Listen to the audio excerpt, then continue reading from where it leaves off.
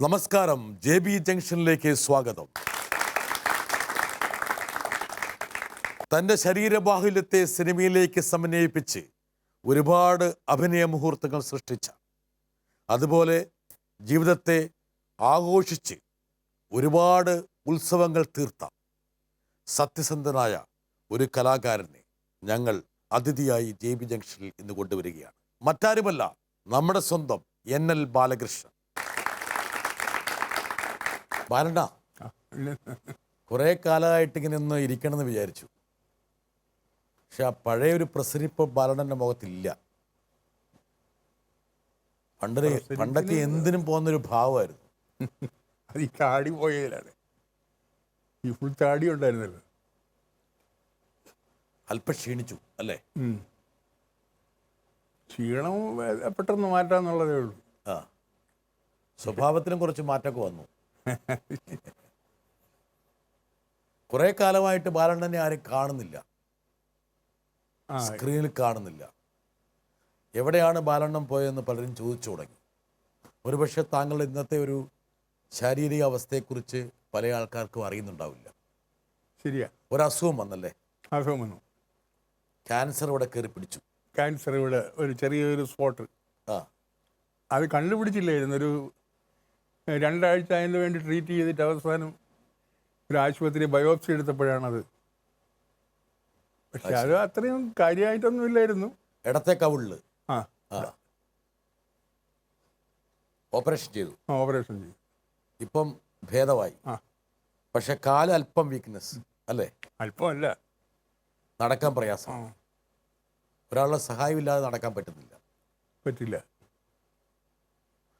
മലയാള സിനിമയിൽ ഒരുപക്ഷെ ഈ ശരീരത്തിൻ്റെ ബാഹുല്യം കൊണ്ട് നല്ല ഒരുപാട് കഥാപാത്രങ്ങളെ പ്രദാനം ചെയ്ത ഒരാളാണ് ബാലണ്ണൻ. ഒരുപാട് ഓടിയിട്ടുള്ള ആൾ ഞാനാണ് മലയാള സിനിമയിലേ. ഒരുപാട് ഓടിയിട്ടുള്ള ആൾ ഞാനാണ്. ആൾക്കാരുടെ പുറകെ പോയി. അതുപോലെ ജീവിതം തന്നെ ഒരു ഓട്ടമായിരുന്നു അല്ലേ? ആണ്. ചെറിയൊരു ഓട്ടമല്ല. ഇല്ലില്ല, വലിയ ഓട്ടമായിരുന്നു. 50 വർഷം 50 വർഷത്തെ ഓട്ടം. കഴിഞ്ഞു. വയസ്സ് 72. ജീവിതം ജീവിച്ച് തീർത്തോ? ഇനി ഒരുപാട് ബാക്കി കിടക്കുന്നു. തൃപ്തിയായിട്ടില്ല. ഇനി ഒരുപാട് പോകാനുണ്ട്.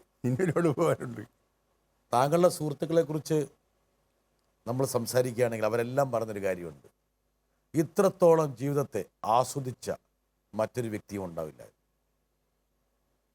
എന്നും സന്തോഷമായിരുന്നു, എന്നും ഉത്സവമായിരുന്നു. ഒരു കാര്യത്തിൽ മാത്രം എനിക്ക് ഉത്സവം ഉണ്ടായിട്ടില്ല.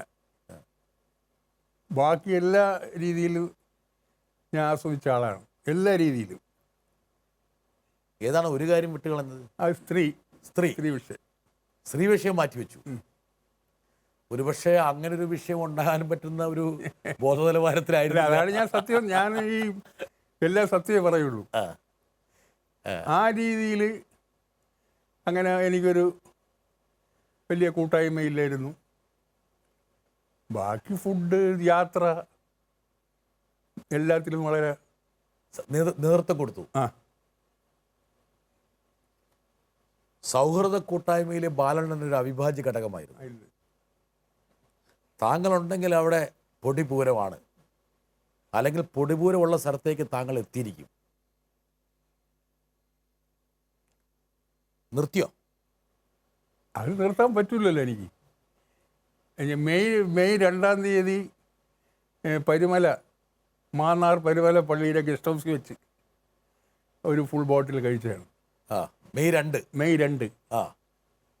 അപ്പം May, June, July, August, September, October, November. അപ്പോൾ ഒരു 6-7 മാസമായിട്ടില്ല. ആ ഫുൾ ബോട്ടിൽ തീർത്ത ശേഷം അത് തീർത്ത് വരുമ്പോൾ ആണ് ഇതിൻ്റെ ഒരു അറ്റാക്ക്. ഇങ്ങനെ കവളിലൊരു ചെറിയൊരു തുടുപ്പ് അല്ലേ? അതൊരു ആശുപത്രി കയറുമ്പോൾ ഞാൻ പറഞ്ഞു, എന്താ ഇതൊന്നും പോയില്ലല്ലോ എന്ന് പറഞ്ഞു. അത് പൊയ്ക്കോളൂ എന്ന് പറഞ്ഞു. പക്ഷെ അത് വീണ്ടും അവിടെ ട്രീറ്റ് ചെയ്ത് ഒരാഴ്ച കഴിഞ്ഞിട്ടും അത് അങ്ങോട്ടും ഇങ്ങോട്ടും ഒരു മാറ്റമില്ല. അങ്ങനെ ഒരു ആശുപത്രിയിൽ ചെന്ന് ബയോപ്സി എടുത്തു. അപ്പോഴാണ് അതിൻ്റെ അപ്പോഴാണ് അവൻ അവിടെ പതിഞ്ഞിരിക്കുന്ന കാര്യം മനസ്സിലായത്. അപ്പോൾ എനിക്ക് ഭയമൊന്നുമില്ലായിരുന്നു. അപ്പോൾ ഡോക്ടർ ഇങ്ങനെ ചോദിച്ചു എന്തെങ്കിലും, ഞാൻ പറഞ്ഞു എനിക്കൊരു കുഴപ്പമില്ല. ആ ഒന്നും കുലുങ്ങിയില്ല. ഇല്ല. സാധാരണ ആൾക്കാർ ക്യാൻസർ എന്നൊക്കെ പറഞ്ഞാൽ പെട്ടെന്ന് ഞെട്ടേണ്ടതാണ്. ബാലണ്ണന് പിന്നെ ആരെയും പേടിയില്ലല്ലേ? ഒന്നിനെയും പേടിയില്ല. ഈ മദ്യത്തെ ഇത്രത്തോളം പ്രണയിക്കാനും ആസ്വദിക്കാനുള്ള കാരണം എന്താണ്? അതെൻ്റെ അച്ഛനാണ്. അച്ഛൻ ഒരു 4 വയസ്സൊക്കെ ഉള്ളപ്പോൾ അച്ഛൻ ഇങ്ങനെ വൈകുന്നേരത്ത് ഈ സൗഹൃദ കൂട്ടായ്മ ഉണ്ട് വീട്ടിലെ വരാന്തയിൽ. അപ്പോൾ എനിക്കും ഒരു ശകലം ഗ്ലാസ്സിൽ ഒഴിച്ചിങ്ങനെ തരുമായിരുന്നു. അങ്ങനെയുള്ള അവസാനം അച്ഛൻ ഈ ലോകത്ത് നിന്ന് വേർപിരിയുമ്പോഴും ബാലണ്ണൻ വാക്ക് പാലിച്ചു. തീർച്ചയായിട്ടും പാലിച്ചു. ഗംഗാജലത്തിൽ അല്പം മദ്യം, ബ്രാൻഡിയാണോ റമ്മ് ചേർത്ത് മിക്സ് ചെയ്ത് കൊടുത്തു. അതൊക്കെ എന്ന് പറഞ്ഞാൽ അച്ഛൻ 11 ദിവസം കിടന്നുള്ളൂ. അപ്പോൾ ഈ കിടക്കുന്നതിനിടയ്ക്ക് എന്നോട് പറഞ്ഞ്, ഞാൻ ഈ മരിച്ചു പോയാൽ, ഞാൻ ഈടെങ്ങും നിന്നെ വിട്ട് പോവില്ല, മരിച്ചു പോയാൽ നീ കഴിക്കുന്ന എന്താണ് അത് എനിക്ക് വായിക്കാത്ത, അല്ലാതെ നീ വേറെ വെള്ളമൊന്നും ഒഴിച്ചളയരുതെന്ന് പറഞ്ഞു. അപ്പോൾ ഞാൻ ഈ വാസ്തുഹാര എന്ന് പറഞ്ഞൊരു സിനിമയ്ക്ക് ബേലൂർ ഷൂട്ടിംഗ് ഉണ്ടായിരുന്നു, കൽക്കട്ട. അപ്പോൾ ബേലൂർ മഠത്തിൽ നിന്ന് അവിടെ പോയി എടുത്ത വെള്ളം ഉണ്ടായിരുന്നു എൻ്റെ ഗംഗാജലം. അപ്പോൾ അതിൽ ഈ എപ്പോഴും വീട്ടിൽ ഈ ബ്രാൻഡിയാർ അമ്മ എന്തെങ്കിലും വാങ്ങിച്ചു വെച്ചേക്കും. അച്ഛൻ മരിച്ചു പോകുന്നുള്ള എനിക്കറിയാമായിരുന്നു. ഇങ്ങനെ പെട്ടെന്ന് വെള്ളം കരുതിയിരുന്നു അവിടെ. ഈ രണ്ടും കൂടെ മിക്സ് ചെയ്തു, സമാസമം ഒഴിച്ചു കൊടുത്തു. അതിന് കുറച്ച് ആൾക്കാർക്ക് എതിരൊക്കെ ഉണ്ടായി. ഒരുപാട് പേര് പറഞ്ഞു വളരെ മോശമാണ് ചെയ്തതെന്നുള്ളത്. താങ്കൾക്ക് ഞാൻ പറഞ്ഞു എൻ്റെ അച്ഛൻ്റെ ആഗ്രഹവും ആവശ്യവും അതായിരുന്നു. ഒരു മകനെന്നുള്ള രീതിയിൽ നിറവേറ്റേണ്ട കാര്യവും എൻ്റെതാണ്. നിങ്ങൾക്ക് സഹകരിക്കുന്നവർക്ക് സഹകരിക്കുക, ഇല്ലാത്തവർക്ക് പോകാമെന്ന് പറഞ്ഞു. ഇതിൽ ബാക്കിയവരാരും കാണാൻ ഞാനും കഴിച്ചു. അങ്ങനെയായിരുന്നത്. താങ്കളുടെ ഒരു മദ്യത്തോടുള്ള സ്നേഹം ഞാൻ ഇന്ന് വരെ മമ്മൂട്ടി മദ്യപിച്ച് കണ്ടിട്ടില്ല. മനസ്സിലാൻ നസീർക്കൊക്കെ ഞാൻ ഒഴിച്ചു കൊടുത്തിട്ടുണ്ട്. ടിക്കുറിശി ചേട്ടന് പത്മശ്രീ അവാർഡ് കിട്ടുന്ന ചടങ്ങിൽ. പക്ഷെ മമ്മൂട്ടി കഴിച്ച് ഞാൻ കണ്ടിട്ടില്ല. കാരണം മോഹൻലാൽ ഇഷ്ടം പോലെ കഴിക്കും ഞാൻ കണ്ടിട്ടുണ്ട്. ഞാൻ കൂടെ ഇവിടെ കഴിച്ചിട്ടുള്ളൂ. അങ്ങനെ ഇനിയിപ്പോൾ നാളെ അവരറിഞ്ഞിട്ട് എന്നെ ഒഴിച്ചു കൊടുക്കും ചിലപ്പോൾ. താങ്കൾ എവിടെ പോയാലും ഈ മദ്യത്തിന്റെ ഗുണങ്ങൾ ഇങ്ങനെ വാഴ്ത്തും. ഇല്ല, ഞാനൊരു ലാലുമായിട്ടൊരു വളരെ, അത് ഞാൻ ഒരിടത്തും പറഞ്ഞിട്ടുണ്ടെന്ന് തോന്നുന്നില്ല, ഒരു ഇൻസിഡൻ്റ് ഉണ്ട്. അത് വാസ്തുകാരുടെ ഷൂട്ടിംഗ് കഴിഞ്ഞ് അന്ന് ടാജ് ബംഗാൾ എന്ന് പറയുന്നത് ടാജ് ഗ്രൂപ്പുകാരെ പ്രസ്റ്റീജ് ഹോട്ടലാണ്. ആ ടാജ് ബംഗാളിൽ വന്ന് കഴിച്ചിട്ട് രാത്രി നടന്നു വരുമ്പോൾ ഹൗറ ബ്രിഡ്ജിൽ വന്ന് കയറും. അപ്പോൾ ടാക്സിയിലാണ് വരുന്നത്. അപ്പം ലാലു പറഞ്ഞ് നമുക്കിന്ന് ടാക്സി പോവാം, ഇഷ്ടം പോലെ ആവട്ടെ എന്ന് പറഞ്ഞു. ടാക്സി ഹൗറ ബ്രിഡ്ജിൽ അപ്പുറത്ത് നിർത്തിയിട്ട് ഞാൻ ഒരു താടിമുടി പപ്പനെന്ന് പറഞ്ഞൊരു കക്ഷിയുണ്ട് ഇവിടെ. പപ്പനും എല്ലാം കൂടെ നടന്ന് ഹൗറ ബ്രിഡ്ജിൻ്റെ നടുക്ക് വന്നു. നടുക്ക് വന്നപ്പോൾ മോഹൻലാൽ പറഞ്ഞ്, എനിക്കൊരാഗ്രഹം പോലെയാണ്. ഞാൻ പറഞ്ഞു, ഇപ്പം നല്ല നിലാവുണ്ട്, എന്തുവേണോ നമുക്കിവിടെ ആവാമല്ലോ എന്ന് പറഞ്ഞു. എനിക്കിവിടെ നിന്ന് മൂത്രം ഒഴിക്കണം. അങ്ങനെ അങ്ങേര് ഹൗറ ബ്രിഡ്ജിന് താഴേക്ക് നദിയിലേക്ക് മൂത്രമൊഴിച്ചു. അത് കണ്ടുകൊണ്ട് ഞാനും മൂത്രമൊഴിച്ചു. അപ്പോൾ കൂടെ വന്ന പപ്പ അയ്യോ ഗംഗാമ അമ്മാമ്മ എന്നൊക്കെ പറഞ്ഞു. അങ്ങനെ വളരെ ഒരു നല്ല ഇൻസിഡൻറ്റ്. അത് ഞാൻ എവിടെ എഴുതിയിട്ടുണ്ടെന്ന് എനിക്കറിയില്ല. പക്ഷേ ഇങ്ങനെ ഒരു സംഭവം നടന്നിട്ടുണ്ട് ലാലുമായിട്ട്, മോഹൻലാൽ. അങ്ങനെയൊക്കെ ഉള്ള ചില നുറുങ്ങ് തമാശകൾ ലാലേ കാണിക്കുള്ളൂ ലാലിൻ്റെ ലൈഫിൽ. ബാലണ്ണന് ഒരുപക്ഷെ കഴിഞ്ഞ 5 പതിറ്റാണ്ട് കാലത്തെ സിനിമാ വ്യവസായത്തിലെ എല്ലാ വ്യക്തികളെയും നന്നായിട്ട് അറിയാം. ഓരോരുത്തരുടെ ഗുണം, ദോഷങ്ങൾ, അവരുടെ റേഞ്ച്, അഭിനയസിദ്ധി, പെരുമാറ്റം, സ്വഭാവദൂഷ്യം എല്ലാം അറിയാം. അത് താങ്കൾക്ക് അറിയാതെ മാത്രം, താങ്കളെല്ലാം പലതും ക്യാമറയിൽ ക്ലിക്ക് ചെയ്ത് വെച്ചിട്ടുണ്ട്. ഉണ്ട്. പക്ഷേ നമുക്കൊരു അബദ്ധം പറ്റിയത്, ഇങ്ങനെ ഒരു കാലം ഉണ്ടാവും എന്നുള്ളത് നമുക്കറിയില്ലായിരുന്നു. ഈ ഡിജിറ്റൽ യുഗം, അന്ന് ഇതൊന്നും പ്രിസർവ് ചെയ്തില്ല. അന്ന് ബ്ലാക്ക് ആൻഡ് വൈറ്റ് നമ്മളൊരു കവറിനകത്തിട്ട് സൂക്ഷിക്കുകയായിരുന്നു. പക്ഷെ ഇന്ന് ഇത്രയും ഒരു കാലഘട്ടം വരുമെന്ന് പറഞ്ഞെങ്കിൽ ഞാൻ വീട്ടിൽ വെറുതെ ഇരുന്നാൽ മതിയായിരുന്നു. ഈ ലക്ഷക്കണക്കിന് നെഗറ്റീവ്സ് എൻ്റെ കയ്യിലുണ്ടായിരുന്നു. ഇത് വെച്ച് ജീവിക്കാമായിരുന്നു. താങ്കൾക്ക് ഏറ്റവും കൂടുതൽ സന്തോഷം പ്രദാനം ചെയ്യുന്നത് ഒരു 4-5 കിലോ പന്നിയിറച്ചിയും 1 ലിറ്റർ മദ്യമാണ്. ഇതുണ്ടെങ്കിൽ എനിക്കൊരു പ്രശ്നമില്ല. ഇല്ല ഇല്ല ഇല്ല, പക്ഷെ സത്യം പറഞ്ഞ.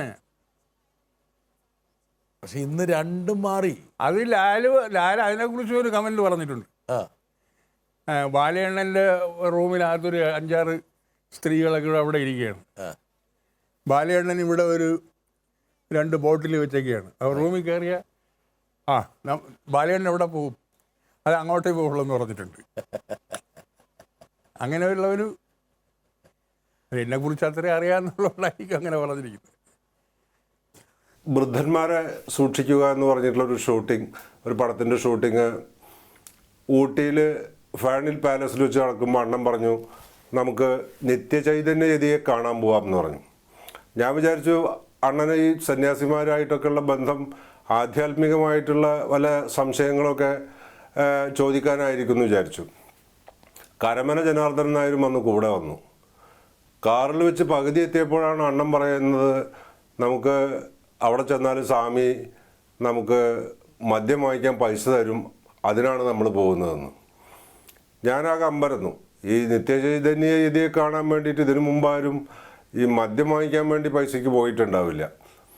പറഞ്ഞ പോലെയൊക്കെ തന്നെ സംഭവിച്ചു. അണ്ണനെ ഭയങ്കര ചെറിയ കുട്ടിയെ ഒരു അച്ഛൻ കാണുന്ന പോലെ വളരെ സ്നേഹത്തോട് കൂടിയിട്ട് ആലിംഗനം ചെയ്ത് വളരെ മറ്റുള്ളവർക്കൊന്നും കിട്ടാത്ത ഒരു സ്വീകരണം അവിടെ എനിക്ക് അപ്പോൾ യതി അണ്ണന് നൽകുന്നത് ഞാൻ കണ്ടു. ഒരുപക്ഷെ ആദ്യമായിട്ടായിരിക്കും യതീൻ്റെ അടുത്ത് പോയിട്ട് ഒരാൾ ആധ്യാത്മിക സംഭാഷണം നടത്താതെ അല്ലെങ്കിൽ തൻ്റെ ആത്മാവിൻ്റെ ഒരു സംശയത്തെക്കുറിച്ച് ചോദിക്കാതെ അതിനുള്ള പൈസയും മേടിച്ചു പോകുന്ന ഒരാൾ. അത് ഞാനിങ്ങനെ ഇരുന്നിട്ടപ്പോൾ ഡേവിഡ് എന്ന് പറഞ്ഞ് ഒരു കക്ഷിയുണ്ട് ഫേൺ ഹിൽ ആശ്രമത്തിൽ. അപ്പം ഞാനിങ്ങനെ ഗുരുവിൻ്റെ അടുത്ത് പറയും, ഗുരു ഡേവിഡിൻ്റെ അടുത്ത് പറഞ്ഞ് എനിക്ക് എന്തെങ്കിലും എൻ്റെ ഈ തലചൊറിച്ചില്ല. അപ്പോൾ ഞാൻ ഗുരു ഡേവിഡ് ബാലം വന്ന് എന്തോ ആവശ്യപ്പെടുന്നു കൊടുത്തേക്കെന്ന് പറയും. അപ്പോൾ ഒരു 100 രൂപ അന്നത്തെ ഉപചാരങ്ങൾക്കുള്ള വകുപ്പായി. താങ്കൾക്കൊരു പ്രത്യേകതയുണ്ട്, ഒരു കാര്യത്തിലും ഒരു മനസ്താപമില്ല. ഇല്ല, ഒന്നിലുമില്ല. ഉള്ള സ്വത്ത് 3 മക്കൾക്ക് കൊടുത്തു. മദ്യത്തോടുള്ള അഭിനിവേശം, താല്പര്യം അത് ഇപ്പോഴും തുടരുന്നു. അങ്ങ് കുടിച്ച് ഒരുപാട് പണം കളഞ്ഞതിൽ താങ്കൾക്ക് യാതൊരു റിഗ്രറ്റുമില്ല. ഒരുപക്ഷെ നല്ല പ്രായത്തിൽ ഒരുപാട് സമ്പാദിക്കാൻ കഴിയുമായിരുന്ന സാഹചര്യം ഇല്ലാതെ പോയതിൽ താങ്കൾക്ക് വിഷമമില്ല. ആകെയുള്ള താങ്കളുടെ വിഷമം അന്നെടുത്ത ഫോട്ടോഗ്രാഫ്സുകളൊന്നും പലതും കയ്യിലില്ല എന്നുള്ളൊരു ദുഃഖം മാത്രവും. പിന്നെ ഒരു പ്രശ്നം ഞാൻ എൻ്റെ ലൈഫിൽ ചെയ്തിട്ടുണ്ട്, അത് പല അച്ഛന്മാരും ഇതുവരെ ചെയ്ത് കാണില്ല. എൻ്റെ മകനെതിരായിട്ട് ഞാൻ ഹൈക്കോടതിയിൽ നിന്ന് ഇഞ്ചക്ഷൻ ഓർഡർ വാങ്ങിച്ചു. അപ്പോൾ അവൻ്റെ ശല്യമാണോ എന്നാണ് ഞാൻ ചോദിച്ചാൽ അച്ഛനും മകനുമായിട്ട് ശല്യത്തിൻ്റെ കാര്യമില്ലല്ലോ. എങ്കിലും അവൻ്റെ കൊള്ളരുതായ്മ എന്ന് പറഞ്ഞാൽ ജീവിതത്തിൽ എൻ്റെ അടുത്ത് കൊള്ളരുതായ്മ ഒന്നും കാണിച്ചിട്ടില്ല. എന്തിന് ഇഞ്ചക്ഷൻ മേടിച്ചേക്കുന്നത്? എന്നെ പിന്നെ ആവശ്യമില്ലാതെ സമീപിച്ച് എന്നെ ബുദ്ധിമുട്ടിപ്പിക്കരുത്. ഹൈക്കോടതി തന്നു? തന്നു. ലോകത്തിൽ ആദ്യമായിട്ടായിരിക്കും ഒരുപക്ഷെ ഇങ്ങനെ ഒരു വിചിത്രമായിട്ടുള്ളൊരു ഹർജി. 5000 രൂപയോളം എനിക്ക് എൻ്റെ കയ്യിൽ ഇരിപ്പുണ്ട്. അതിൻ്റെ 5000 രൂപ മുടക്കി ഇഞ്ചക്ഷൻ മേടിച്ച് വച്ചിരിക്കുകയാണ്. ശല്യപ്പെടുത്തിയത് എടുത്ത് കാണിക്കും. മക്കളുടെ ഭാഗത്ത് നിന്ന് താങ്കൾ വിചാരിച്ച സ്നേഹം കിട്ടിയില്ല അല്ലേ? ഇല്ല. ഒരുപക്ഷെ താങ്കളുടെ അച്ഛന് കൊടുത്ത സ്നേഹത്തിൻ്റെ അതിനകത്ത് ഒരു കോടിയിലൊരു അംശം എനിക്ക് കിട്ടിയിട്ടില്ല. വേണമെങ്കിൽ താങ്കളുടെ സ്വഭാവത്തിൻ്റെ പ്രത്യേകത കൊണ്ടാണോ അങ്ങനെ സംഭവിച്ചു പോയത്? ഇല്ല. അല്ല, നോക്കാം, ആരോ എന്തോ പറയാം. ഞാൻ ബാലേട്ടനെ വളരെ ശ്രദ്ധിച്ച് നോക്കുമ്പോൾ കാണുന്നത് എല്ലാ നടന്മാരും അവരവരുടേതായിട്ടുള്ള ചില ശീലങ്ങളൊക്കെ ഉണ്ട്. ചിലർക്ക് ചില ദുശീലങ്ങളും ഉണ്ട്. അതിലൊന്നാണ് മദ്യപാനം. എനിക്ക് പരിചയമുള്ള പലരും മദ്യപിക്കുന്നതിനെ അങ്ങനെ പുറത്ത് പറയാറില്ല. പക്ഷേ ബാലേട്ടൻ മാത്രം ഇത് എവിടെ വേണമെങ്കിലും പറയാൻ തയ്യാറായിട്ട് നടക്കുന്ന ഒരു കലാകാരനാണ്. ഇന്ന ഷാപ്പിൽ ഞാൻ പോയിട്ടുണ്ട്, അല്ലെങ്കിൽ ഇന്ന ആളോടൊത്ത് ഞാൻ കഴിച്ചിട്ടുണ്ട്, അപ്പോൾ ഇന്നിപ്പോൾ ഈ മദ്യനിരോധനവും അതുപോലെയുള്ള പല പ്രശ്നങ്ങളും ഒക്കെ ഇങ്ങനെ മദ്യത്തെ സംബന്ധിച്ച് സമൂഹത്തിൽ ഇങ്ങനെ ഉയർന്നു വന്നുകൊണ്ടിരിക്കുന്ന ഈ സമയത്ത് എന്താണ് ബാലേട്ടന് ഇത്ര ധൈര്യം? ഞാൻ കഴിക്കുന്ന ആളാണ്, അതുകൊണ്ട് അത് പുറത്ത് പറഞ്ഞാൽ എനിക്ക് കുഴപ്പമൊന്നുമില്ല എന്നാണ് അതിനെക്കുറിച്ച് ബാലേട്ടൻ എന്താണ് പറയാനുള്ളത്? ബാലണ്ണ അത് വളരെ ഫക്രുവിന്, പ്രത്യേകിച്ച് ഫക്രുവിൻ്റെ രൂപം പോലെയല്ല, വലിയ കാര്യങ്ങളാണ് ഫക്രു പറയുക. എനിക്കറിയാം, ഞങ്ങൾ അത്ര അടുപ്പമുണ്ട്. ഫക്രുവിൻ്റെ അച്ഛനുമായിട്ട് അടുപ്പമുണ്ട്. അച്ഛനുമായിട്ട് ഞാൻ ഒന്നിച്ചിരുന്ന് കഴിച്ചിട്ടുണ്ട്. പക്കു വന്നിങ്ങനെ കണ്ണ് ഉരുട്ടുമ്പോൾ ഫക്രുവിൻ്റെ അച്ഛൻ അതിലടിച്ച് പോയി കളയുമായിരുന്നു. ഫക്രുവിനെ പേടിയ അച്ഛന്. ഫക്രുവിനെ പേടിയാ. പക്ഷെ അത് ഒരു ഇൻസിഡൻറ്റ് പറയുകയാണെങ്കിൽ, അച്ഛൻ ഒരുപാട് ഇങ്ങനെ മദ്യപിച്ച് ഇരിക്കുമ്പോൾ ഞാനും കഴിക്കും. അച്ഛൻ്റെ കൂടെ ഇരുന്ന് ഞാൻ കഴിക്കും. കുറേ നേരം കഴിയുമ്പോൾ എൻ്റെ ചവിട്ടി ഇങ്ങനെ ലക്ഷ്മി എന്ന് എന്നെ വിളിക്കും. ലക്ഷ്മി എന്ന് പറഞ്ഞാൽ എൻ്റെ അമ്മയുടെ പേരാ. ലക്ഷ്മി എന്ന് പറഞ്ഞിട്ട് എന്നെ ഇങ്ങനെ മറ്റു ചേഷ്ടകളൊന്നുമില്ല, ഇങ്ങനെ പിന്നെ തലയോടിയിട്ട് നീ പൊയ്ക്കളഞ്ഞല്ലോ നേരത്തെ എന്നുവെച്ചാൽ മരിച്ചു പോയെന്നുള്ളതിൻ്റെ ആ ഭാര്യയുടെ ഓർമ്മകൾ വരും മനസ്സിലേക്ക്. ഓർമ്മകൾ വരും. പിന്നെ ഈ മൂക്കിന്ന് വരണ ഈ ചലമൊക്കെ എൻ്റെ പുറത്തൊക്കെ ഇട്ട് തേച്ച് അവസാനം കിടക്കും, ഫെയിൻ്റായി കിടക്കും. അപ്പം അങ്ങനെയുള്ള താങ്കളെ വലിയ കാര്യമായിരുന്നു അച്ഛൻ. വളരെ ഭയങ്കര കാര്യമായിരുന്നു. താങ്കൾക്കും വലിയ കാര്യമായിരുന്നു. അതിലൊരു ഇൻസിഡൻറ്റ് ഞാൻ പറയാം. അച്ഛനും ഈ പ്രസവവേദന വന്ന അമ്മയെ ആശുപത്രിയിൽ കൊണ്ടുപോകും. എന്നിട്ട് ഡോക്ടറെ അടുത്ത്, രാമകൃഷ്ണൻ ഡോക്ടർ എന്ന് പറയും, അത് പറഞ്ഞ അച്ഛൻ്റെ അമ്മയെ കെട്ടുന്ന ലവ് മാരേജാണ്, പ്രേമവിവാഹമാണ്. അന്ന് നാട്ടിൽ അങ്ങനെ പ്രേമവിവാഹമൊന്നുമില്ല. ആരെങ്കിലും വിളിച്ചുകൊണ്ട് വരും, അന്നത്തെ ആ കാലഘട്ടമാണ്. പക്ഷെ അച്ഛൻ ഒരു വാക്ക് പറഞ്ഞു, ഈ സ്നേഹിച്ച പെണ്ണ് ഇപ്പം എന്നെയാണ് പ്രസവിക്കാൻ പോണത്, അവളില്ലെങ്കിൽ കുഞ്ഞു എനിക്ക് വേണ്ടെന്ന്. അങ്ങനെ പറഞ്ഞു ഡോക്ടറോട്. അതൊക്കെ അവിടെ നാട്ടുകാരിങ്ങനെ പറഞ്ഞറിയുന്നു. രണ്ടുപേരും ഇല്ലെങ്കിൽ വേണ്ട. ബാലണ്ണന്റെ അച്ഛൻ ആ കാലഘട്ടത്തിൽ പ്രണയിക്കാൻ ധൈര്യം കാണിച്ചു അല്ലേ? 9 പിന്നെ സഹോദരന്മാർക്ക് ഉണ്ടായിരുന്ന ഇളയവരെ പിന്നെ പെങ്ങളായിരുന്നു. ആ പെങ്ങളെയാണ് അടിച്ചോണ്ട് പോകുന്നത്. ഒരുപക്ഷെ അച്ഛൻ്റെ ധൈര്യമാണ് താങ്കൾക്ക് കിട്ടിയത്. ഇന്ന് പറയാൻ പറ്റൂല. അച്ഛൻ പല കാര്യത്തിലും ഇതിനേക്കാളും ഭയങ്കര ഫോർവേഡായിരുന്നു.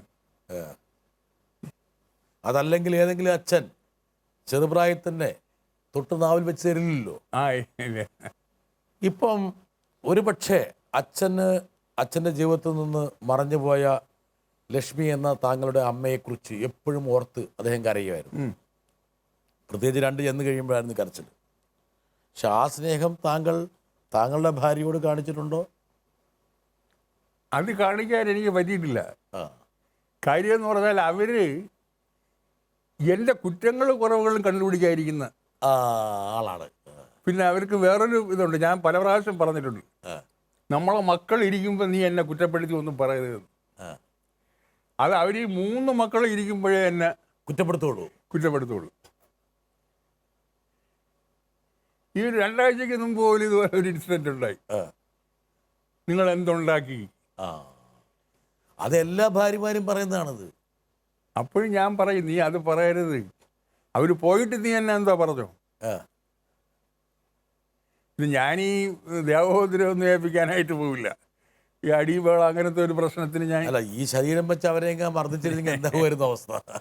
അല്ല, അങ്ങനെയൊക്കെ ഉള്ള. പക്ഷെ ബാലണ്ണ, അതൊക്കെ എല്ലാ വീട്ടിലും എല്ലാ പുരുഷന്മാരും എല്ലാ ഭർത്താക്കന്മാരും ഒരുപക്ഷെ അഭിമുഖീകരിക്കുന്ന ചോദ്യങ്ങളാണത്. വളരെ വിജയിച്ചു എന്ന് നമ്മൾ കരുതിയിട്ടുള്ള ആൾക്കാരുടെ ഭാര്യമാർ പോലും വേണമെങ്കിൽ അത് ചോദിച്ചേക്കാം.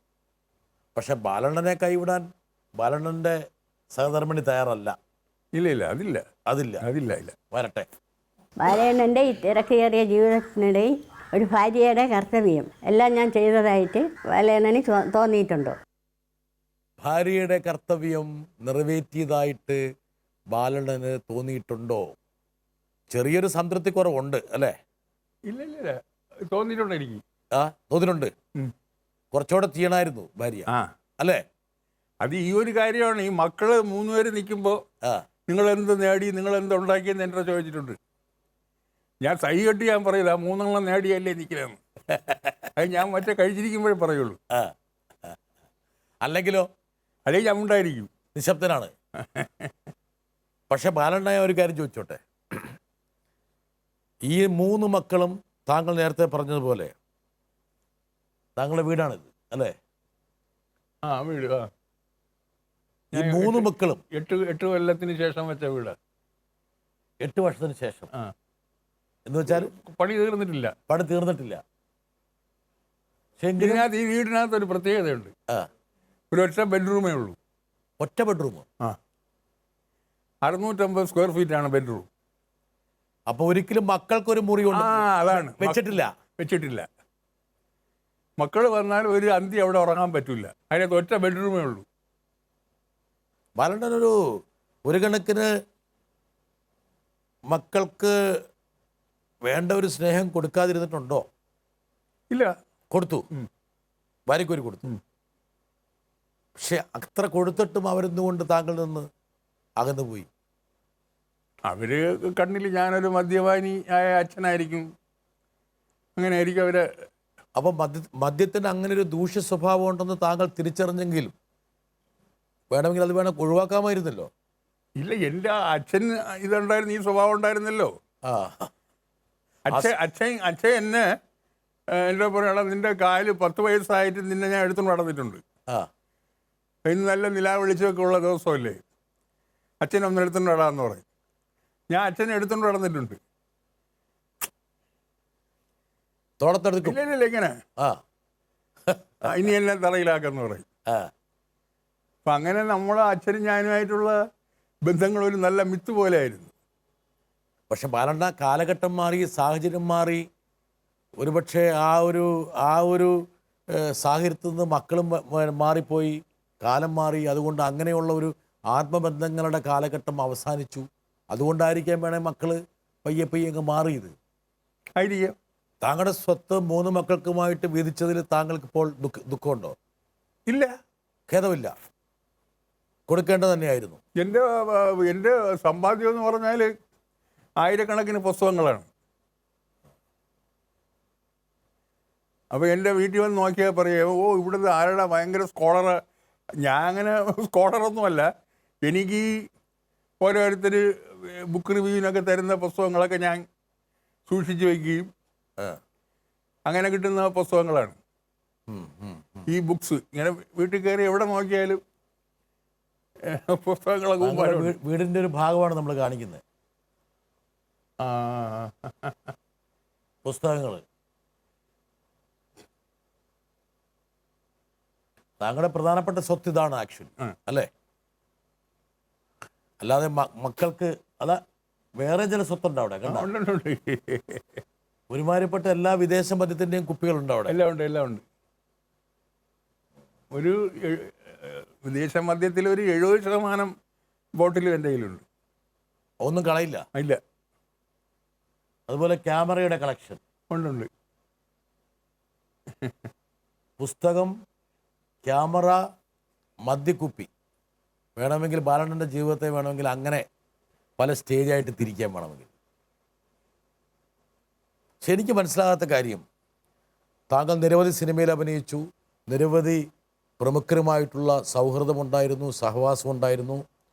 വേണമെങ്കിൽ താങ്കൾക്ക് വേണമെങ്കിൽ ഒരു കോടീശ്വരനാകാമായിരുന്നു, ഒരുപാട് സമ്പാദിക്കാമായിരുന്നു. അതൊന്നും ചെയ്തില്ല. ആ ചെയ്യാത്തതിൻ്റെ ഒരു വെറുപ്പും വിദ്വേഷവും ആയിരിക്കാൻ വേണമെങ്കിൽ മക്കൾക്ക് താങ്കളോടുള്ളത്. ആയിരിക്കാം. സമ്പാദിക്കാത്തത് അങ്ങനെ എൻ്റെ വീട്ടുകാർ പറഞ്ഞതിനുള്ളൂ. നിങ്ങൾ അപ്പുറത്ത് നടരായനെ നോക്ക്. അയാൾ ISROയിലെ ഒരു എഞ്ചിനീയറായിരുന്നു. അയാൾ എന്തെല്ലാം സമ്പാദിച്ചു. നടരായൻ എന്ന് പറഞ്ഞാൽ എൻ്റെ ബന്ധുവാണ്. അപ്പുറത്ത് നടരായനെ നോക്കി പഠി, അല്ലെങ്കിൽ ഇന്നാരെ നോക്കി. അപ്പം ഞാൻ പറഞ്ഞു, എനിക്കൊരു താരതമ്യം ഇല്ല, നിനക്ക് തോന്നുന്നതാണ്. എന്നെ താരതമ്യപ്പെടുത്താൻ ഒരാളില്ല. ഞാൻ ഇൻഡിപെൻഡൻ്റാണ്, ഞാൻ ഒറ്റയ്ക്കാണ്. താങ്കളുടെ മൂല്യം വേണമെങ്കിൽ അവർ തിരിച്ചറിയുന്നുണ്ടാവില്ല. ഇല്ല, അല്ലേ? ഒരുപക്ഷെ സമ്പത്തിനെയും അല്ലെങ്കിൽ ജീവിതത്തെയും നോക്കിക്കാണുന്നതിലുള്ള എൻ്റെ കയ്യിൽ 50 വർഷത്തെ ഡയറി കുറിപ്പുണ്ട്. ഇന്ന് രാവിലെ ഞാൻ ഡയറി എഴുതിയിട്ടാണ് ഇറങ്ങിയത്. ജോൺ ബ്രിട്ടാസിന് ആയിട്ട് ഒരു ഇൻ്റർവ്യൂ ഉണ്ട്, ഇങ്ങനെ GB ജംഗ്ഷൻ്റെതാണ്. 5 ഇതാ ഡയറി കുറിപ്പുകൾ. ആ ഇങ്ങനെ ഞാൻ ഗുരുഗുരുരാന്ന് എഴുതും. പക്ഷേ എനിക്കിത് വായിക്കാം. പക്ഷെ ബാലണ്ണ ഇത് എത്ര കാലമായി തുടങ്ങിയിട്ടത്? ഇത് 50 വർഷത്തിൽ കൂടുതലായി. 50 വർഷം. എല്ലാ ദിവസവും പുറത്തിട്ടത് എഴുതുമോ? എഴുതും. അതിനകത്ത് ഒരു വാക്ക് കള്ളം എഴുതൂല്ല. ഇപ്പം ഞാൻ ഒരു കൊലപാതകം ചെയ്തെങ്കിൽ അത് എഴുതി വെക്കും. അത് എഴുതി വയ്ക്കും. ഞാൻ അങ്ങനെ തന്നെ എഴുതി വയ്ക്കും. വരട്ടെ ഒരാൾ. എത്ര തിരക്കുണ്ടെങ്കിലും എത്ര രാവിലെ ഷൂട്ടിംഗ് തുടങ്ങി രാത്രി ആയാലും ബാലണ്ണ ഇരിക്കുന്നത് കാണാൻ പറ്റത്തില്ല. കാരണം ഇരിക്കാൻ സൗകര്യമുള്ള കസേര ആര് കൊണ്ടുകൊടുത്താലും പുള്ളി ഇരിക്കത്തില്ല. ആ നിപ്പിൽ തന്നെ നമ്മൾ സംസാരിക്കുന്നതും കാണുന്നതും ഒക്കെ ബാലണ്ണ എല്ലാം നോട്ട് ചെയ്ത് വയ്ക്കും. ഡെയിലി എല്ലാ വിഷയങ്ങളും നമ്മൾ സംസാരിക്കും, പ്രത്യേകിച്ച് കാണുന്നതൊക്കെ ബാലണ്ണ നോട്ട് ചെയ്ത് വെക്കുകയും ചെയ്യും. രാത്രി ഉറങ്ങുന്നതിന് മുമ്പ് എഴുതി വെക്കുകയും ചെയ്യും. ഇത് എത്രയോ കാലമായിട്ടുള്ള ശീലം. നമുക്ക് അതിശയം തോന്നിയിട്ടുണ്ട്. നമുക്കൊരു പത്രം പോലും ഇന്ന് കാലത്ത് വായിച്ചില്ല, വൈകിട്ട് വായിക്കാൻ സമയം കിട്ടില്ല, കിടന്ന് ഉറങ്ങുന്ന നമ്മൾ എന്നാൽ ബാലണ്ണൻ്റെ ഒരു പ്രത്യേകതയായിട്ട് കാണുന്ന ഇതാണ്. എന്നിട്ട് ചിലപ്പോഴൊക്കെ കൂട്ടുകൂടിയിരിക്കുമ്പോൾ അണ്ണൻ പറയും, എടാ ഒരുപാട് വെടി പൊട്ടിക്കാനുണ്ട് എനിക്ക്, പലരെയും സംഭവം കൂടെ പലരും കിടുങ്ങും അറിയോ, എന്നെങ്കിലും ഞാനൊരു ദിവസം പൊട്ടിക്കുന്നു. പക്ഷേ അങ്ങനെ ചെയ്തിട്ടില്ല അണ്ണൻ. എനിക്ക് ബാലനോട് ചോദിക്കാനല്ലോ, ബാലേട്ടോ ആ വെടി പൊട്ടിക്കാറായോ? പൊട്ടിക്കാറായോ? പൊട്ടിക്കണമെങ്കിൽ പൊട്ടിക്കാം. പക്ഷെ അതിൻ്റെ നമ്മളെ സ്വകാര്യ കുറിപ്പുകളല്ലേ. അപ്പോൾ അങ്ങനെ അതൊരു അല്ല, ഇത് വേറെ ആൾക്കാരുമായിട്ട് പങ്കുവെക്കണ്ടേ എപ്പോഴെങ്കിലും? അതെൻ്റെ കാലശേഷം എന്തെങ്കിലും ചെയ്യട്ടെ ആരെങ്കിലും. ആ, ചെയ്യുന്നവർക്ക് താല്പര്യം ഉണ്ടെങ്കിൽ ചെയ്യട്ടെ. താങ്കൾ ജീവിച്ചിരിക്കുമ്പോൾ ചെയ്യാൻ ആഗ്രഹിക്കുന്നില്ലേ? ഇല്ല ഇല്ല ഇല്ല. ഈ വെടിപൊട്ടൽ താങ്കളുടെ ജീവിതകാലത്തിന് ശേഷമേ ഉണ്ടാകണമെന്ന താങ്കളുടെ ആഗ്രഹം. പക്ഷെ ആരോ ഒരാൾ താങ്കൾ, എനിക്ക് ഓർമ്മയുണ്ട്, താങ്കളുടെ ഒരു അനുഭവക്കുറിപ്പിൽ ഞാനൊന്ന് വെറുതെ പരതി നോക്കിയപ്പോൾ ആദ്യകാലത്ത് ഡയറി കുറിപ്പുകൾ താങ്കൾ ആർക്കോ വായിക്കാൻ കൊടുത്തപ്പോൾ, ഇത് ആർക്കാ കൊടുത്തത്? അരവിന്ദനാണോ ഭരതനാണോ? അരവിന്ദേട്ടന് കൊടുത്തപ്പോൾ, എടാ മദ്യം മാറ്റിക്കളഞ്ഞാൽ ഡയറിയിൽ ഒന്നും ഉണ്ടാവില്ലല്ലോടാന്ന് ചോദിച്ചു. പറഞ്ഞു. അതെങ്ങനെയെന്ന് പറഞ്ഞു കഴിഞ്ഞാൽ ഓരോന്നിങ്ങനെ വായിച്ചു വന്നപ്പോൾ പുള്ളി എടുത്തിട്ട് പറഞ്ഞു, ഓ ഇതിനകത്ത് ഈ മദ്യത്തിൻ്റെ, അദ്ദേഹം പറഞ്ഞ വാക്കിയതാണ്, മദ്യത്തിൻ്റെ എപ്പിസോഡ് മാറ്റിക്കഴിഞ്ഞാൽ പിന്നെ ഇതിനകത്ത് ഡയറി കുറിപ്പ് ഇല്ലല്ലോ എന്ന് പറഞ്ഞു. ശരി, ഞാൻ പിന്നെ ഒന്നും പറഞ്ഞില്ല. അദ്ദേഹത്തിൻ്റെ അടുത്ത് ഞാൻ ഒന്നും എതിര് പറയില്ല. പക്ഷെ അന്ന് മുതൽ താങ്കൾ കുറച്ചും കൂടി ശ്രദ്ധിച്ചെഴുതി തുടങ്ങി. എന്നിട്ട് ആ ഷൂട്ട് കഴിഞ്ഞിട്ട് ഒരിടത്തെന്ന് പറഞ്ഞ ഒരു പടത്തിൻ്റെ ഷൂട്ടാണ്. തിരിച്ച് ഇവിടെ വീട്ടിൽ വരുന്നു, വഴുതക്കാട്. വീട്ടിൽ വന്നിട്ട് ഞാൻ ഈ കുറച്ച് പേജിൽ ടാഗ് ചെയ്ത് വെച്ചു ഈ ഡയറിയിൽ, പെട്ടെന്ന് എടുക്കാൻ വേണ്ടി. അപ്പോൾ ഞാൻ വരുമ്പം പുള്ളി ഇങ്ങനെ രാവിലെ കുളിച്ചിട്ട് ഈ സ്ത്രീകൾ മുടി കെട്ടും കണക്ക് ഈ തോർത്ത് കൊണ്ട് ഇങ്ങനെ മുടിയെല്ലാം കൂടെ ചുറ്റിക്കെട്ടി വെച്ചിരിക്കുക. എന്ത് പാലാന്ന് ചോദിച്ചു. ഇല്ല, ഞാൻ ഇങ്ങനെ വെറുതെ വന്ന്. അപ്പോൾ ചേട്ടൻ പറഞ്ഞ്, ഇങ്ങനെ എൻ്റെ ഡയറിയിൽ ഡയറി കുറിപ്പൊന്നുമില്ല, മദ്യത്തിൻ്റെ എപ്പിസോഡ് പോയി കഴിഞ്ഞാൽ പിന്നെ ഇത് പറയാനാ ബാല ഇവിടെ വന്നത് എന്നെൻ്റെ അവിടെ ചോദിക്കും. ഇപ്പോൾ സേവിയേഴ്സ് എന്ന് പറഞ്ഞ ഇവിടെ ഒരു ബാറുണ്ട്, അതിൻ്റെ മുതലാളിയുണ്ട് കുമാർ. ഞാൻ പറഞ്ഞു, ഞാൻ കുമാറിന് ഇത്തിരി പൈസ കൊടുക്കണം, അതിന് വന്നതാണ്. എത്ര വേണം? ഞാൻ പറഞ്ഞൊരു 500 രൂപ വേണം. 500 രൂപ എടുത്തുകൊണ്ട് തന്ന്. എന്നിട്ട് ഈ ഡയറി അദ്ദേഹം കൊണ്ടുപോകും.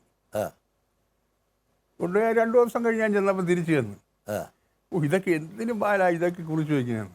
അല്ല, ഞാൻ പറഞ്ഞു, ചേട്ടാ അല്ലേ പറഞ്ഞത് എൻ്റെ ഡയറിയിൽ ഡയറി ഇല്ല എന്ന്, അതുകൊണ്ട് എഴുതിയാണെന്ന് പറഞ്ഞു. അതാണ് ആ സംഭവം. എന്തായാലും ഒരുപക്ഷെ മലയാള സിനിമയിൽ അല്ലെങ്കിൽ കേരളത്തിലെ സാംസ്കാരിക രംഗത്ത് പ്രവർത്തിക്കുന്ന ഒരുപാട് ആൾക്കാരെക്കുറിച്ചുള്ള ഓർമ്മകൾ അല്ലെങ്കിൽ അവരുടെ പ്രവൃത്തികൾ സംബന്ധിച്ചുള്ള ഒരുപാട് കുറിപ്പുകൾ ഈ ഡയറിയിൽ ഉണ്ടാവും അല്ലേ? ഉണ്ടാവും. ഇപ്പോൾ ഒരു 50 എത്ര ഡയറി ഉണ്ടാവും ഇപ്പോൾ? 50-60 ഉണ്ടാവും. 60 കൂടുതൽ വരും. ഞാനെങ്ങനെയെന്ന് പറഞ്ഞു കഴിഞ്ഞാൽ ഈ ഡയറിയിൽ എനിക്ക് ഒരു ഡയറിയിൽ ഒരു പേജ് നിൽക്കില്ല.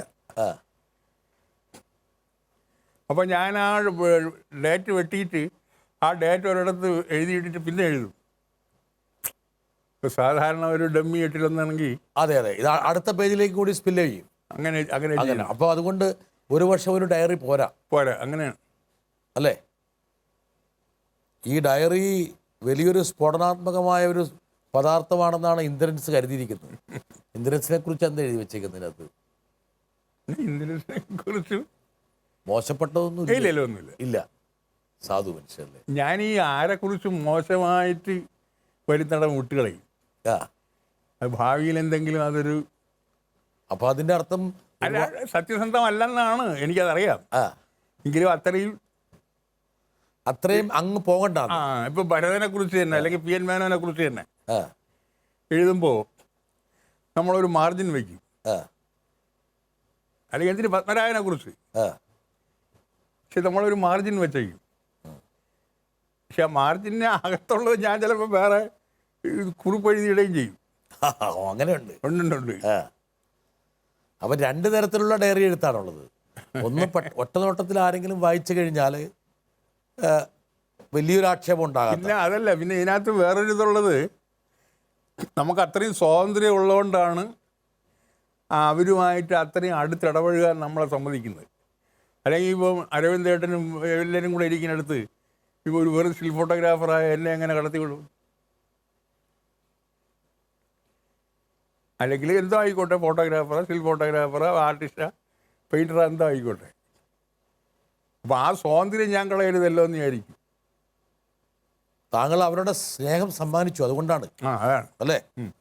കാര്യമായി ആ സ്നേഹം താങ്കൾ സമ്പാദിച്ചു. ഒരുപക്ഷെ ബാലൻ എന്നുള്ള വ്യക്തിയുടെ ഏറ്റവും വലിയ ശക്തി എന്നുള്ളത് ഈ ഒരു സൗഹൃദത്തിൻ്റെ ഒരു ശക്തിയാണ്. ഒരുപാട് സൗഹൃദങ്ങൾ മാത്രമല്ല, എല്ലാവർക്കും കത്തൊക്കെ എഴുതുമായിരുന്നു. പലർക്കും കത്തെഴുതും. ഇപ്പം ഞാൻ ഈ മെയ് 2-ന് ശേഷമാണ് അത് ഇത്രയും കത്തിപ്പോഴും വന്നിരിപ്പുള്ളൂ. അത് ഇനി എല്ലാ കത്തിനും ഞാൻ മറുപടി എഴുതും. വരട്ടെ ഒരാൾ. ബാലയണ്ണൻ എന്ന് വിളിക്കുന്ന ബാലകൃഷ്ണൻ്റെ ഏറ്റവും വലിയ ഒരു മികവ് മറ്റൊരു മേഖലയിൽ കൂടി കാണുവാൻ എനിക്ക് കഴിഞ്ഞിട്ടുണ്ട്.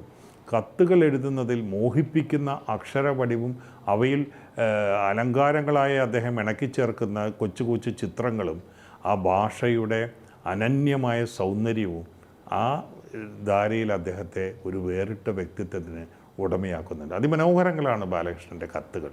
അദ്ദേഹം എൻ്റെ മകളുടെ വിവാഹത്തിനയച്ച ഒരു ആശംസാക്കുറിപ്പ് ഞാൻ എൻ്റെ മകൾക്ക് സമ്മാനിച്ചത് അവൾ ഇന്നും ഒരു നിധി പോലെ സൂക്ഷിക്കുന്നു. ബാലണ്ണ നോക്ക്, ജോൺ പോൾ, അങ്ങനെ ഒരുപാട് ആൾക്കാരുടെ സ്നേഹം ഇപ്പോഴും താങ്കൾക്കുണ്ട്. ഒരാളും കൂടി കത്തിനെ കുറിച്ച് പറയാൻ വേണ്ടിയുണ്ട്, നോക്കാം. ഇന്നത്തെ കാലത്ത് നമുക്ക് എന്നാ പറയുന്നത്, മൊബൈൽ ഫോണുണ്ട്, വാട്സാപ്പ് ഇതും അതുമൊക്കെ ഉണ്ട്. പക്ഷേ എനിക്ക് ബാലേട്ടനടുത്ത് ചോദിക്കാൻ, എല്ലാവർക്കും അറിയുന്ന കാര്യമായിരിക്കും, നമുക്ക് പരിചയമുള്ള ആൾക്കാർക്ക് എല്ലാവർക്കും അറിയാം, ബാലേട്ടൻ ഒരു കത്തെഴുതുന്ന ആളാണ്. എല്ലാവർക്കും കത്തെഴുതും. എൻ്റെ ചോദ്യം ഇതാ, ഇപ്പോഴേ കത്തെഴുതാറുണ്ടോ അതോ ഇപ്പോൾ ഫോണും വാട്സാപ്പ് മാത്രമേ ഉള്ളൂ? കത്തെഴുതാറുണ്ട്. അതിപ്പം ഞാനൊരു 50 വയസ്സിൽ കാർഡിലാണ് കത്തെഴുതുന്നത്. കാര്യം എന്ന് പറഞ്ഞാൽ എനിക്ക് രഹസ്യങ്ങളൊന്നും എഴുതാനില്ല. പോസ്റ്റ്മാൻ വായിച്ചോട്ടെ. ആ പോസ്റ്റ്മാൻ വായിച്ചോട്ടെ. ഇല്ലൻ്റ് പണ്ടാണെങ്കിൽ കവർ, അത് കഴിഞ്ഞ് ഇല്ലൻ്റായി. ഇപ്പോഴും അത് 15 വയസ്സായി ഇല്ലൻ്റിൽ ഞാൻ എഴുതി തുടങ്ങി, കാർഡിൽ എഴുതി തുടങ്ങിയാണ്. 10 പൈസ, പിന്നെ അത് 15 വയസ്സായി, 25ആയി, ഇപ്പോൾ അത് 50-ലെത്തി നിൽക്കുക. അപ്പം ഞാൻ 100 കാർഡൊക്കെ വാങ്ങിക്കും പോസ്റ്റ് ഓഫീസിൽ നിന്ന്. അപ്പോൾ അവർ ചോദിക്കും കടയോടെ, അവരെ എനിക്ക് മുറുക്കാൻ കടയൊന്നുമില്ല, എനിക്ക് കത്തെഴുതാനാന്ന് പറയും. അങ്ങനെ ബീനയായിട്ടൊരു സംഭവം ഉണ്ടായിരുന്നു. നൈനിറ്റാളിൽ മഞ്ഞെന്ന് പറഞ്ഞൊരു പടത്തിൻ്റെ. അപ്പം വേണു എപ്പോഴും ഒരു പെൺകുട്ടിയുടെ പിറകെ ഇങ്ങനെ നടക്കും, ക്യാമറ വേണു, ഇതേ ഇപ്പോൾ ഹസ്ബൻഡ്. അപ്പോൾ അവിടുത്തെ ഈ ഷൂട്ടിങ്ങൊക്കെ കഴിഞ്ഞ് ഇവിടെ വരും, ട്രിവാൻഡ്രത്ത് വരും. അപ്പോൾ ഈ പിന്നെ പൂർണ്ണ ലോഡ്ജിൻ്റെ അവിടെ ഒരു മുറിയിൽ ഇങ്ങനെ ചുറ്റി വേണു നടക്കും. ഞാൻ ഒരു ദിവസം ചോദിച്ചു, വേണു എന്ത് ഈ പെൺകുട്ടിയെ വിടൂല്ലേ എന്ന് ചോദിക്കും. അത് ബാലയണ്ണ ഞാൻ കെട്ടപ്പോളം പെണ്ണാണ്. ബീന പോൾ. ആ ബീന പോളാണ് ബാലണ്ണൻ്റെ കത്തെഴുത്തിനെ കുറിച്ച് ഇപ്പോൾ സംസാരിച്ചത്. ബാലണ്ണൻ്റെ ജീവിതം ഒരുപക്ഷെ അവിചാരിതകൾ, അപകടങ്ങൾ, ആകസ്മികതകൾ, ജീവിതത്തിൽ പ്രത്യേകിച്ച് യാതൊരു പ്ലാനിങ്ങും ഉണ്ടായിട്ടില്ല. ഇല്ല. എവിടെയോ തുടങ്ങി എവിടെയോ എത്തിയിരിക്കുന്നു. ഒരു ചിത്രകാരനായി പിന്നീട് ചിത്രകാരൻ എന്നുള്ളതിൽ ഇനി അത് ഞാൻ തെളിയിക്കപ്പെടേണ്ടിയിരിക്കുന്നു. ഞാൻ ഇവിടെയാണ് താങ്കൾ പഠിച്ചത്? ആ fine arts college. Fine arts കോളേജിൽ അല്ല, ഫൈൻ ആർട്സ് പിന്നെ school of arts. School of arts. Fine arts college ആയത് Maharaja school of arts. Maharaja school of arts. അന്നത്തെ ആ പഠനമൊക്കെ വളരെ നല്ല ഓർമ്മകളാണ്. ഇപ്പോഴും കയറിയ ഉടനെ, ഇപ്പോൾ ഒരു അഡ്മിഷൻ കിട്ടിയ ഉടനെ കയറിയ ഉടനെ 4 വര ലോൺ സെന്റിനൽ എന്നൊക്കെ പറഞ്ഞൊരു ഏകാന്തതയുടെ കാവൽക്കാരൻ എന്നൊക്കെ പറഞ്ഞൊരു ഡയലോഗൊക്കെ ഒരു ടൈറ്റിലൊക്കെ ഇട്ടിട്ട്. പക്ഷെ നമ്മളങ്ങനെയല്ല, സിസ്റ്റമാറ്റിക്കായിട്ട് പഠിച്ച ആളാണ്. ഇലയും പൂവും ചെടിയും കൈയൊക്കെ വരച്ച്. പക്ഷെ അതില് വേണ്ടത്ര അങ്ങോട്ട് മുമ്പോട്ട് പോകാൻ ബാലണ്ണന് പറ്റിയില്ല. അത് ചെയ്യണം. എല്ലാം ഞാൻ കളക്ട് ചെയ്ത് വെച്ചിരിക്കുക. ഒരു ചോദ്യം വരട്ടെ. ഫൈൻ ആർട്സിലെ ഒരു പൂർവ്വ വിദ്യാർത്ഥിയായ ബാലേട്ടൻ പിന്നെ ഈ ഫൈൻ ആർട്സിൽ നിന്നൊക്കെ മാറി ഫോട്ടോഗ്രാഫി, ആക്ടിങ് എന്നീ മേഖലകളിലേക്ക് തിരിഞ്ഞു. അപ്പോൾ അതിൽ തിരിയാനുള്ള കാരണമൊന്ന് വിശദീകരിച്ചാൽ നന്നായിരുന്നു. നല്ലൊരു മേഖലയായിരുന്നു ബാലണ്ണ. ഒരുപക്ഷെ ബാലണ്ണൻ എവിടെ എത്തിപ്പോയതിന് വലിയ വാൻഗോഗൊക്കെ ആയി മാറേണ്ടതായിരുന്നു. ഇല്ല, അത് നമ്മുടെ സാഹചര്യം ഒന്നും അങ്ങനെയായിരുന്നു. ഈ നമ്മളൊരു കൂട്ടായ്മ എന്ന് പറയുമ്പോൾ ജോൺ അബ്രഹാം എൻ്റെ ഏറ്റവും വലിയ സ്നേഹിതരിൽ എടുത്തു പറയത്തക്ക. അതിലേക്ക് വരുന്നതിന് മുമ്പ് ബാലണ്ണൻ ഒരുപക്ഷെ ബാലണ്ണനെ ഈ ചിത്രരചനയിൽ നിന്ന് മാറ്റിയെടുത്തത് ഫോട്ടോഗ്രാഫിയാണ്. ആ ഫോട്ടോഗ്രാഫിയിലൂടെയാണ് താങ്കൾ സിനിമയിലേക്ക് എത്തിയത്. റൂട്ട് വളരെ വളരെ വ്യക്തമാണ്. അപ്പം ഫോട്ടോഗ്രാഫി വളരെ അവിചാരിതമായിട്ട് താങ്കളുടെ ജീവിതത്തിൽ വന്ന് ഭവിക്കുകയായിരുന്നു. താങ്കളുടെ ജീവിതവുമായി ബന്ധപ്പെട്ടതായിരുന്നില്ല. ഇല്ല. എങ്ങനെയാണ് അതിൻ്റെ ആ ഒരു മുഹൂർത്തം വന്നത്? അത് ഞാൻ ഈ വൈകുന്നേരത്ത്, അത് ഈ ലാസ്റ്റ് ബസ്, നമ്മൾ ചെമ്പഴന്തിയിലേക്കുള്ള ലാസ്റ്റ് ബസ് വൈകുന്നേരത്ത് 7 മണിക്ക് അവിടെ തിരിക്കും. അപ്പോൾ ഇവിടെ 5 മണിക്ക് ക്ലാസ് കഴിയും. അപ്പോൾ ഈ ഒരു സ്റ്റുഡിയോയുടെ നടയിൽ, യൂണിവേഴ്സിറ്റി കളയിൻ്റെ നടയിൽ മെട്രോ സ്റ്റുഡിയോ എന്ന് പറഞ്ഞ് അവിടെ പോയി നിൽക്കുമായിരുന്നു. അപ്പോൾ ഒരു 2 ആഴ്ച കഴിഞ്ഞപ്പോൾ ഒരാളെന്നെ അവിടെ നിന്ന് വിളിക്കും. എന്തിപ്പോൾ കുറച്ച് ദിവസം കൊണ്ട് ഞാൻ പറഞ്ഞു, ഇങ്ങനെ ഞാൻ ഇവിടെ സ്കൂൾ ഓഫ് ആർട്സ് പഠിക്കുകയാണ്. അപ്പോൾ ഞാൻ പറഞ്ഞിങ്ങനെ വീട്ടിൽ പോകാൻ വേണ്ടി നിൽക്കുകയാണ്. അങ്ങനെ വാ കയറിയിരിക്കുമെന്ന് പറയും. അങ്ങനെ മെട്രോ സ്റ്റുഡിയോ തോമസ് ജോസഫ് എന്ന് പറഞ്ഞ ആളാണ് എന്നെ. തോമസ് ചേട്ടനാണ് താങ്കളെ ഫോട്ടോഗ്രാഫിയിലേക്ക് കൊണ്ടുപോകുന്നത്. Thomas Joseph. അങ്ങനെ താങ്കളെ കൊച്ചിയിലുള്ള ആളാണ്. താങ്കളെ ഡാർക്ക് റൂമിലേക്ക് പ്രവേശിപ്പിച്ചു. അങ്ങനെ 1 മണിക്കൂർ അവിടെ പണിയെടുത്തു. അങ്ങനെ താങ്കളുടെ ആദ്യത്തെ വേദന അവിടെ നിന്ന് ലഭിച്ചു. അന്നും രൂപത്തിൽ ഇത് തന്നെ ഉണ്ടായിരുന്നു, ഈ വലിയ ബാഹുല്യം. ഇത്രയും ഇല്ലെങ്കിലും ഉണ്ടായിരുന്നു. എന്തായാലും ശ്രദ്ധിക്കപ്പെടുന്ന ഒരു ശരീരമായിരുന്നു. അതുകൊണ്ടായിരിക്കാം അദ്ദേഹം വേണം താങ്കളെ വിളിച്ചിട്ടുണ്ടാകുക. വരട്ടെ ഒരാൾ. എന്താ ബാലകൃഷ്ണൻ, സുഖം തന്നെ? ഇയാളെ പിന്നെ കഴിഞ്ഞ 2-3 ഫോട്ടോഗ്രാഫി ജൂറിയായിട്ട് വിളിച്ചിരുന്നില്ലേ? ഒന്നാ ഫോറസ്റ്റ് ഡിപ്പാർട്ട്മെൻറ്റ്. അപ്പോഴെല്ലാം ഇയാൾ വരുമെന്ന് വെച്ച് കാത്തിരുന്നതാണ്. എന്തേ ഈയിടെയായിട്ട് വളരെ ഒരു മ്ലാനതയും, ആളിനെ കാണാനുമില്ല, സംസാരമില്ല. അല്ലെങ്കിലും എന്നോട് സാധാരണയായിട്ട് സംസാരിക്കാവുന്ന ആളല്ലല്ലോ. ഒരുപാട് സൗഹൃദങ്ങളുണ്ടെങ്കിലും ഒടുക്ക അവസാനം എന്തെങ്കിലും തൻ്റെ ചില ഗുണങ്ങളൊക്കെ ഉണ്ടല്ലോ, ആ ഗുണങ്ങളൊക്കെ സാധാരണയായിട്ട് അതിനെ ഒഴിവാക്കാനായിട്ട് ആരും ഉപദേശിക്കില്ല. അതിനെയൊക്കെ കൂട്ടുകൂടാൻ ഒരുപാട് പേരുണ്ടാവും. പക്ഷേ അതൊക്കെ ഒന്ന് ശ്രദ്ധിക്കണ്ടേ? അഭിനയത്തിൽ എന്നെ സംബന്ധിച്ചിടത്തോളം ഇയാൾക്ക് വലിയൊരു ഗുണമായിട്ട് വന്നത് ഇയാളുടെ ഒരു ആകൃതിയാണ്. ദൈവം കനിഞ്ഞു തന്നിട്ടുള്ളൊരു ആരോഗ്യവും. പക്ഷെ അതൊക്കെ സംരക്ഷിക്കേണ്ടത് അത് ശരിയായിട്ടുള്ള രീതിയിൽ സംരക്ഷിക്കുന്നോ എന്നെനിക്ക് സംശയമുണ്ട്. ശിവൻസ് ഒരു പ്രസ്ഥാനമാണ് അദ്ദേഹം. അദ്ദേഹത്തിൻ്റെ ശബ്ദത്തിലൊരു പരാതിയാണുള്ളത്. താങ്കൾ ജീവിതവിടത്ത് ചൂതാടി എന്ന് അദ്ദേഹം പറയുന്നു. ഒരിടക്കിൽ ശരിയാണോ ബാലണ്ണ? അങ്ങ് കുടിച്ച് അറിഞ്ഞുകൊണ്ടല്ല, ആ ഒരു കൂട്ടായ്മ ബന്ധപ്പെട്ട് അങ്ങനെ വന്നിട്ടുണ്ടോ? ഞാനതാ ചോദിച്ചു, നേരത്തെ ചോദിക്കാൻ ശ്രമിച്ചത് ബാലണ്ണ. ഇപ്പോൾ താങ്കൾ കുറച്ചു കാലം രോഗിയായി, ഇപ്പോഴും വയ്യ, താങ്കൾ നടക്കാൻ വയ്യ, ഒരു പരാശ്രയമില്ലാതെ വീടിന് പുറത്തേക്ക് ഇറങ്ങാൻ പറ്റുന്നില്ല. ഈ ഒരു അവസ്ഥയിലാണ് താങ്കൾക്ക് ഒരു പക്ഷേ മനസ്സ് പിന്നോട്ട് പായിച്ചിട്ട് ചെയ്ത പ്രവർത്തനങ്ങളെയൊക്കെ ഒന്ന് വിലയിരുത്താൻ പറ്റുന്ന ഒരവസരം. അതാണ് ഞാൻ പെയിൻറ്റിങ് തുടങ്ങാൻ പോകണമെന്ന് പറഞ്ഞത്. തുടങ്ങാൻ പോവാണ് പെയിൻറ്റിങ്. അവിടെ ശിവണ്ണം പറഞ്ഞൊരു പോയിൻ്റുണ്ട്. കൂട്ടുകൂടലുകൾ എപ്പോഴും നല്ലതല്ല താങ്കൾക്ക് സമ്മാനിച്ചിട്ടുള്ളത്. ചിലപ്പോഴൊക്കെ ചീത്ത സ്വഭാവങ്ങളും സമ്മാനിച്ചിട്ടുണ്ട്. താങ്കളുടെ ഈ മദ്യപാന ശീലം ഒരുപക്ഷെ താങ്കളുടെ ക്രിയേറ്റിവിറ്റിയെയും ആരോഗ്യത്തെയും ഒക്കെ നശിപ്പിക്കാൻ വഴിവെച്ചോ? എനിക്കറിയില്ല. പലണ്ണം പറഞ്ഞോളൂ. അങ്ങനെ വഴിവെച്ചെന്ന് അത് ഞാൻ കൂടെ അറിഞ്ഞുകൊണ്ടുള്ള പൂർണ്ണ ബോധത്തോടെ ചെയ്ത ആണ്. അതിൽ സങ്കടമില്ല, സന്തോഷം മാത്രമേ ഉള്ളൂ. അതിൽ ജോണുമായിട്ടുള്ള കൂട്ടായ്മയായിരുന്നു ഏറ്റവും വലിയ കൂട്ടായ്മ. ജോൺ അബ്രഹാം ജോണായിരുന്നു താങ്കൾ. ജോൺ എവിടെയുണ്ടെങ്കിൽ താങ്കൾ അവിടെ എത്തും. അവിടെ ഉണ്ടാവും. ജോണിന്റെ മാളങ്ങൾ കണ്ടുപിടിക്കാൻ താങ്കൾക്ക് അറിയാമായിരുന്നു. പക്ഷേ ഇതേ ജോണിൻ്റെ തന്നെ അന്ത്യയാത്രയിൽ പങ്കെടുക്കാൻ താങ്കൾക്ക് പറ്റിയില്ല. ഇല്ല. എന്തുകൊണ്ടാണെന്നറിയോ? താങ്കൾ ഓഫായിപ്പോയി. അതുതന്നെ കാര്യമായിട്ട് രാമൂട്ടൻ്റെ അന്ത്യയാത്രയ്ക്ക് പോകാൻ പറ്റിയില്ല, പത്മരാജന് പോകാൻ പറ്റിയില്ല. എല്ലാം ഈ കാര്യങ്ങൾ കൊണ്ടാണ്. വെള്ളമടിച്ച് ഓഫായി പോവുകയാണ്. അതിൽ ദുഃഖത്തിൽ പങ്കെടുത്ത് ഓഫാകുന്നതാണോ അതെയോ അല്ല? ഇല്ല, അത് ആ ഒരു കൂട്ടായ്മയിൽ വന്നിട്ടിങ്ങനെ കഴിച്ച് ആയി പോകുന്നതാണ്.